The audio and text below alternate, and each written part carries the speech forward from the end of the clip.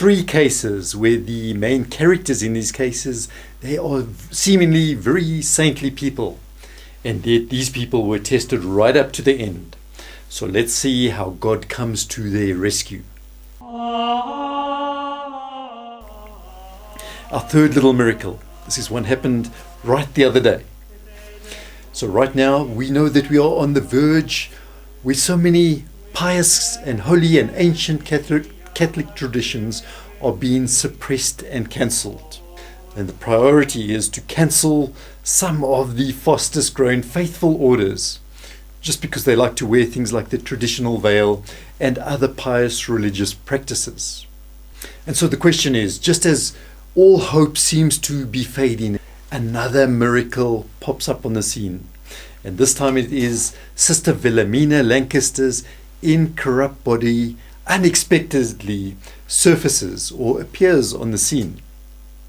And equally incredibly, the traditional habit that she had fought so hard for and was buried in is also incorrupt after years and years underground, whereas the lining of the coffin, some of it of the same material, is completely disintegrated. Her habit is completely preserved, hasn't perished at all. Unbelievably, even her wooden cross she was buried with, her little rosary, even the flowers she was buried with, they remain well preserved. And this is after being many years underground in some very damp conditions. Everything, in fact, had been covered in a layer of mold. It was so damp there. Far from ideal for preservation. So who was this Sister Wilhelmina? Well, she was the foundress of a group of cloistered nuns called the Benedictines of Mary, Queen of Peace, at a time when Catholic tradition was all up for grabs, and so everything was changing in the name of modernism, of modernizing. Instead, Sister Wilhelmina was at heart a traditionalist, and so she stood for a vigorous defense of these aspects of the faith, of how Catholicism should look and how it should sound and how it should feel. And she wanted this all to be in conformity with earlier times and many, many holy traditions.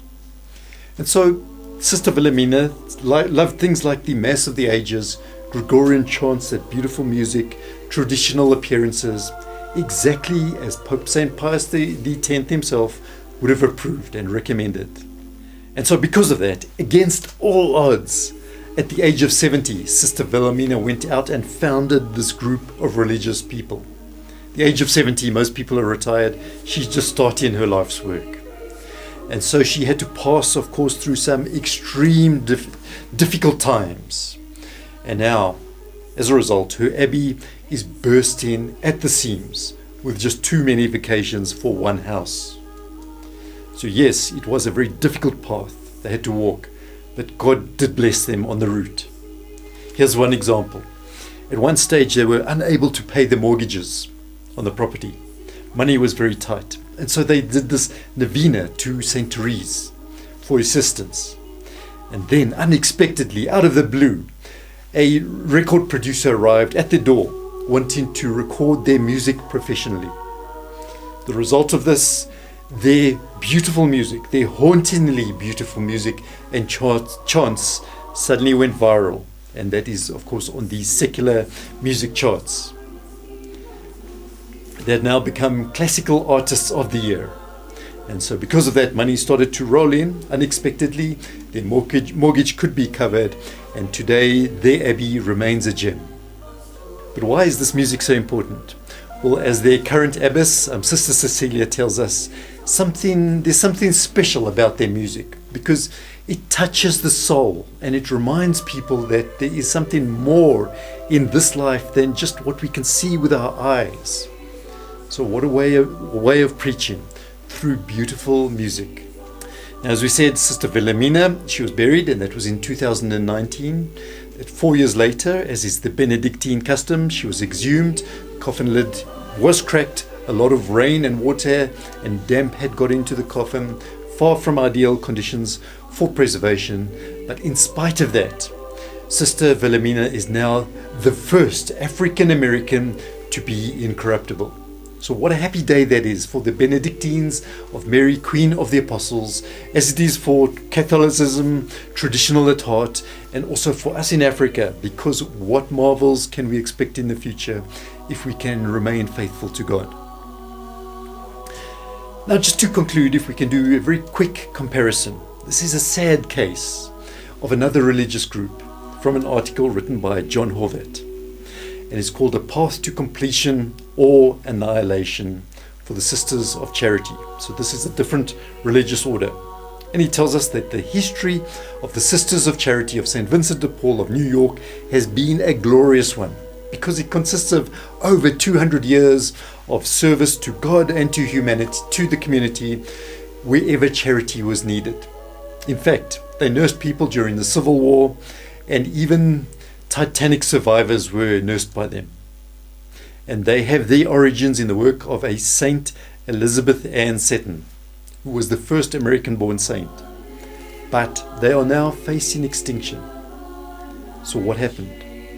And he tells us that in the tumultuous 1960s, many activist nuns in that order, they left the convents, hospitals and schools, they abandoned their habits, and they joined ranks with the radical leftists in the civil rights protests.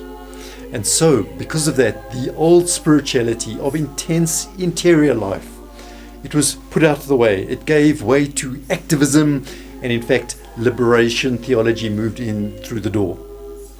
And then, contrary to what they had expected, this move towards the left did not attract young women eager to join the ranks. In fact, not a single one has joined the congregation over the last 20 years.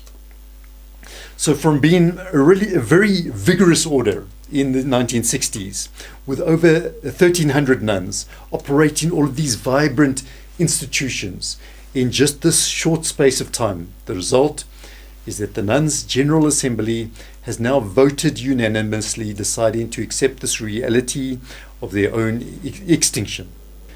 But isn't that what the statistics have been telling us all along?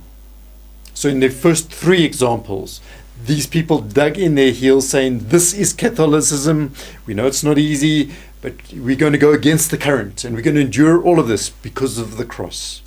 But in the last example, they went with the flow, modernized completely, and now onto extinction.